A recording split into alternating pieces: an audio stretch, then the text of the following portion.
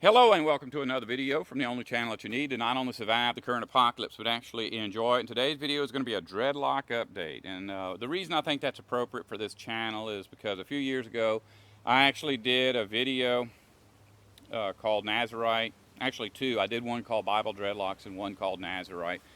And as a result of that, people who were thinking about getting dreadlocks in their hair came and watched the video. When they saw that the hairstyle could be associated with the Bible, then they subscribed to my channel to get more Bible teachings. Now, at that time, I already had subscribers that were interested in my Bible teachings. And so when they saw the videos about hair, they started growing hair. So I do have a few people out there that are in the position where they can grow long hair, they can make dreadlocks, and they're doing it, and some of them are doing it as a direct result of watching videos on my channel. So it is appropriate that I do this today. And in fact, I had a subscriber that asked me about this a couple of months ago, and I said, well, yeah, I'll think about doing a video about my dreadlocks. And, you know, it's appropriate today because I'm 55. Today I am officially a senior citizen in at a lot of local buffets. So it's a good time to talk about my hair. Now, as far as how do I take care of my hair, it's not a whole lot different than taking care of regular hair. It's just that there's more of it. Let me take it down so I can show you something. No matter what you do, you're going to have some loose hairs. And if you got dreadlocks, then you still got to brush your hair. You think that since they're all tied back, you don't got to do that, but you do. So here's what it looks like. And believe it or not, it looks worse than this in the morning when I get up. But it's not like anything else. It's just like, you know, if you got short hair, you hold the brush by this end, and then this other end goes on your head. See how easy that is? And then, of course, I got to do it to my face, too. Now, whenever I'm driving, I don't have air conditioning in my car. So I'll be going down the road. If I have my hair like this loose, it's flopping all in my face, and all these little hairs will come down and get in my eyes, and it's really irritating. So I've got a solution for that. Now, when I first started growing my dreadlocks, it started to be a problem before it got this long. And so you have to have like a headband, like a sweatband. That'll hold your hair out of your eyes and out of your nose and out of your mouth. Or one of them Rastafarian hats, because it doesn't take too long before just a regular knit ski cap will not fit over this mass of stuff. Or you can get one of those rubber band things and put that around your ponytail. But once your hair gets to a certain length, you can do this. And this is really cool, and I like showing this off. You just go back to where your head connects to your neck, and you find the two dreadlocks that are closest to the center. And then you lean back and kind of shake those hairs so that they're on top of these. Pull this up, make sure everything is back where you want it. Just tie a knot in it. I mean, you ain't got to tell me it looks cool. I know that looks cool. And you ain't got to tell me it looks stupid, because you'll just get blocked. But anyway, yeah, you got to do that, and that's a really cool thing to do. So, and the cool thing is a lot of times when my hair was too short, I'd go get in the car and I'd drive off, and I'd realize the hair was blowing in my face, and I'd start digging through my purse. My wife would be digging through her purse. We couldn't find any of those rubber bands, and it was just, you know, at that point, what do? Go back to the house to get a rubber band? So, you know, I'm glad that I'm where I am now, because if I get in the car, it doesn't matter if I remember to put anything in there, because my device that I use to tie my hair back is permanently attached to my head. So that's a really good thing. Now, other stuff that I have to do to maintain my hair is just like anybody else. You know, if you wash your hair, if you like washing your hair with shampoo, then you wash your hair with shampoo. There's all kinds of websites about dreadlocks that'll tell you a special kind of dreadlock shampoo or whatever. I haven't got a clue about that. I mean, I'm a human. I got dreadlocks. I don't use any of that stuff, and I don't see where it would make any difference. I mean, in my bathroom, there's hand soap, there's shampoo, and there's all kinds of other cleaning products. There's even dish soap sitting there because sometimes I'll use that to clean the tub out when I get done. And I use all of that. If I'm in there and I'm really, really grungy from working out here in the woods, I'll use that dish soap to wash my hair. The only real difference between washing dreadlocks and washing really short hair is the drying process. When I get out of the tub and my hair is wet, the first thing I do before I ever run a towel over it is wring it out, just like you wring out a towel. Just grab it and start twisting it around. You'll get a good quart out of it like that. And then after you do that, you dry it off with a towel. Now, if you've got some nice furniture and you don't want to leave big old watermarks on there, it's a good idea to keep some towels around in case you're sitting in that nice furniture. Because for about an hour and a half after you get out of the tub, you're still going to be dripping. And if you go sit somewhere like your favorite recliner, you just got to know when you get up, if you don't have a towel on there, you can have a big old wet spot on your recliner. So, but it's not a big deal. You know, most of the chairs in my house ain't worth putting a towel over. But the ones that are, I got a towel there already. Now, when I started, and look, I'll show you this. I'm 6'4". So in general, I get to be the guy with hair because there ain't too many people tall enough to look down on top. You know, when I started this project, I already had a hole about the size of a nickel in the top of my hair, probably when I was 35 years old. And as time has gone on, that has gotten larger. And in fact, even the parts that are not all the way clear to my skin are pretty doggone thin. Now, I knew that I was racing against the clock, and I honestly did not want to be an old guy that was bald on top with dreadlocks around the outside, because whether you got an afro around the outside or dreadlocks around the outside, you're going to look like bozo. So I kind of had already figured on just shaving my head and not even dealing with that, but I'm kind of glad I didn't, you know, because when I started this project, I still had enough hair to do it. And, you know, I went back and I tied little bitty, I guess I gathered up hairs and crunched them down to about the size of my thumb. And I put them all over my head and put rubber bands on. So when I first started it, you can see, and I guess if you go back and look at my videos, you can see that you'll have hairs about that long, clumps of hair with rubber bands all the way down it. And that's how I got this stuff to lock up. Now, I was told that just having your hair together like that causes it to lock up, and there may be some truth to that, but I can tell you something else that goes on that everybody says does not, and that is that the follicles on top of your head are in motion. They don't move fast. You can't sit there and watch them, but over time, they're knitting, and I think that's a natural process that was put into mankind in the beginning because God wanted humans to have knitted hair. Now, everyone tells me I don't know what I'm talking about, but look, I'm the guy with dreadlocks. I know what I'm talking about. And I'll show you an example of why I know that. Imagine that these two arms are dreadlocks. And they do not connect to your head like this.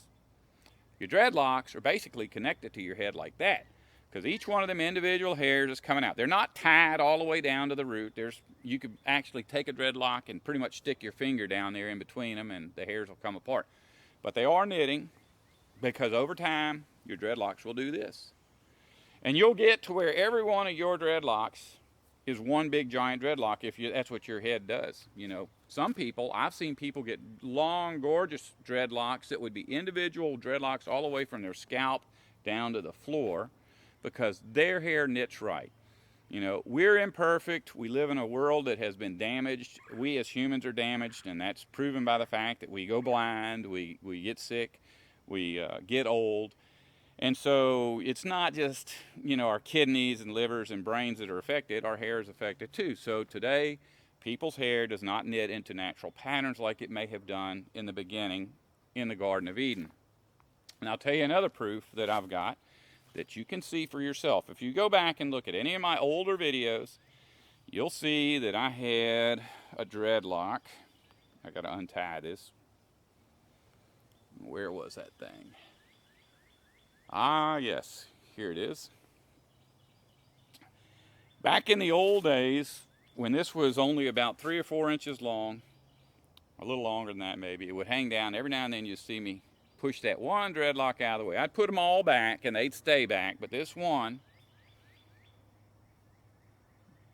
right here would come across like that. Now it's a lot longer, and I'm going to show you something. The reason it would fall in my eyes is because it used to be right here. You know, I used to have hair. My hairline wasn't way up here. It used to be down a little further. So this dreadlock was probably right about there, in my forehead. Now it's only been 5 years since and if you went back 5 years, I would have had a bald head. So this hair that's on my head, if you go to this very, very little tip right there, that's a 5-year-old piece of hair. In 5 years, that's gone that far. That's like 3/4 of an inch a year that my dreadlock has moved back. And it's not by any trickery, you know, it's not like all the hairs in the front fell off and new hairs grew into it. These things are all moving, because I can promise you that when I started this project, it was in rows that started right down the center of my head and went all the way down to here.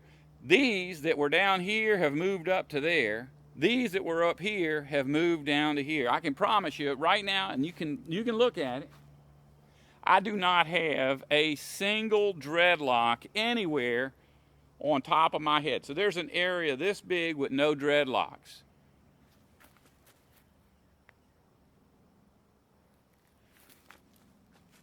That's for real. Oh yeah, I don't know, did I show you this already? See, I'm really tall, so most people don't know this, but I'm about bald-headed up here. And I knew that was coming. Like I said, I had a hole up there about that big when I was in my 30s. And also, I had watched my dad develop, his hair developed the same way. You know, he went bald, and the way he did it was everything got really, really thin. And since my dad always kept his hair cut short, by the time he was my age, actually by the time he was 51, he looked like he was bald-headed. And right now, I mean, at 51, I looked a little bit thicker than that. Now at 55, I absolutely look the same as my dad. If I were to cut all of my hair to the standard length of an Empire citizen, I would appear bald-headed on camera. You would not be able to tell I had hair. And so here, I mean, here's the proof. Hopefully you can see that. Like I say, I ain't got, you know, I could go another 5 years without y'all figuring that out probably, because I am really tall. So unless you were really, really tall, you wouldn't be able to see it. Maybe, I guess, you know, in a couple of my videos, I look at it and I say, oh no, I should have done the light different, because you can see my scalp. Well, anyway, I had always fantasized that I would go bald like Clint Eastwood went bald, because, you know, back when he was 40, 45 years old, he got voted by Life magazine or Time magazine or something as the sexiest man alive, and he really was sexiest. He was big, and he's my height, and he's muscular, and he went bald, you know, but it just went like, he had these things that went bald up here, and he kept his other hair down here, and it was thick. It wasn't like this. It was actually like, had real normal hair, except it was just shiny on either side, and that looked so cool. But unfortunately, I look like my dad. The whole thing just got a whole lot thinner. If I had if I had waited just a little longer to make this decision about growing my hair, there's a very good chance I wouldn't have done it. When I was little, my parents wouldn't let me grow my hair. When they finally did give me permission to grow my hair, you know, a year later, I was in the Navy, and the Navy wouldn't let me grow my hair. So when I got out of the Navy, I got to growing my hair again, and I went out looking for a job, and the first place I went told me I had to cut my hair. And then when I quit that job and started my own business, and I had to deal with the public, I kept my hair short, because I knew how people are. So by the time I was finally free to grow my hair out, I didn't do it, because I had spent so much time with short hair, and I knew the clock was ticking on how long I would be able to grow hair. And I figured I didn't want to get involved in something, get some nice pretty hair going, and then get bald on top and have to shave all that stuff off. Well, now I have the long hair, because I did make the decision, and I am bald on top, and guess what? I'm not shaving it off. You know, I've seen guys before that were old dudes when I was younger, and they were bald on top, and they had long hair, and I just thought that looked gross. Well, it may still look gross to people that that hate long hair anyway. But people that like long hair don't care. If you're bald on top and you've got long hair on the sides, then that's cool. And the reason I'm even saying this is because I know there's a lot of people that watch my videos that are my age, and they may be struggling with the decision of whether or not to grow long hair. And so, the only encouragement I can give you is to show you what I've got. And if this is really disturbing to you, then don't do it. But I'm going to tell you, when I started growing this, I had a friend that's probably, he may be 4 or 5 years older than me. I don't think, yeah, he's about 4 years older than me. And I was talking to him on Skype. And one day, after we had this hair discussion several times, one day we're talking, he goes, "Hey, you notice anything?" But what? I'm growing my hair.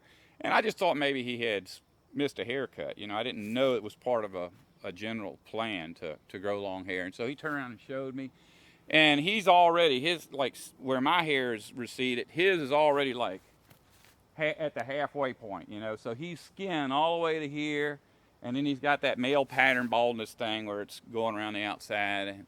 And I was like, "Oh, man, that's cool. That's good. I'm glad you're growing it." But in my head, I'm thinking, if my hair looked like that, there's no way I would attempt it. It's too late. There's no point in it. And in fact, it was at the time that I grew mine, I was so close I almost didn't grow mine. Well, one thing about it, now, I knew him when he had his hair short, and now I know him with his hair long. And one of the things that really attracted me to this guy, one of the reasons I became friends with him and I've been talking to him on Skype, is he's like a natural guy. He believes in natural law. He's a healer. He didn't go to college to get a degree as a doctor. He went around the world speaking to spiritual healers, indigenous medicine men from all different cultures to learn all of their secrets. And he did so to the point where he is now licensed in his country as a healer. So people who have insurance can go to him and he can heal them using these indigenous techniques. Now that he has long hair, he actually has more credibility with me. If I was over there looking for a spiritual healer and I was sent to somebody that looked just like a typical citizen, I wouldn't feel comfortable. But this guy now, because he's got his long hair, he looks like a spiritual healer, what he's supposed to be. So, and it looks good. It's just like mine. I'm not going to sit here and go, "Well, it looks okay." It doesn't look okay. This looks good. I like this. And, I just want you to know that if you're my age and you think it's too late to be doing this stuff, because most people aren't allowed to grow their hair until they get to be old, this is what you can expect. When Jesus was on the earth, he said something quite profound. He was comparing himself to a shepherd when he said that the sheep know the shepherd by his voice. Now, he wasn't telling us that the apostles understood that he was Jesus because of the sound of his voice so much as they would simply recognize him. Recognize him by the things he said, the way that he said them, the way he carried himself, the way he allowed his hair to grow out, the clothing he wore.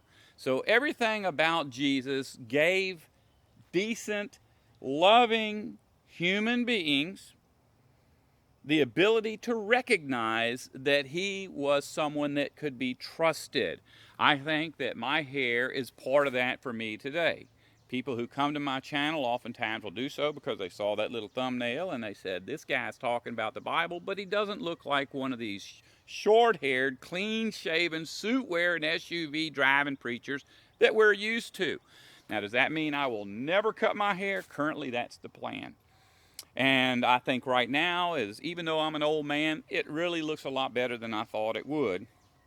And even if all of this is completely gone in another year or two, I think it'll still look pretty good. Now, if it ever gets to the point where it looks like I got mange and people start staying away from me because of it, I'll cut it off, wear a hat, do whatever I got to do. But currently, there are no plans for that. And if that comes about, please don't come up and say, "I thought you weren't going to cut your hair." God does not judge us by our hair. This is just a tool that I use to get people to warm up to me. Now, you would think that God would get extremely angry for people cutting their hair because the empire put so much emphasis on cutting your hair. I mean, they even mistranslated the Bible in original Hebrew, original Greek versions of the Bible that exist all around the world in museums. It's very obvious that every scripture about hair is about how much God loves his creation, the things he's made, including hair, how much he loves people who have long hair, and how men should grow their beards and grow their hair. And yet, by the time all of those scriptures get into English, it's about how disgusting long hair is on a man. But there's a difference, a really huge difference, between the God of religion and the true God. The God of religion gets enraged when someone does not do obeisance to him. And part of that obeisance is shaving and cutting your hair. The God of creation loves us. He forgives us, and he understands our situation. There are times when this is really itchy, when I'm working and it's in the way, and there are times when people in public ridicule me for having hair. Yes, they do, and they will do it to you as well if you grow your hair out. So it's understandable when people cut their hair. And if I can understand it, you can believe that God can understand it. If you don't want to survive, don't listen to me.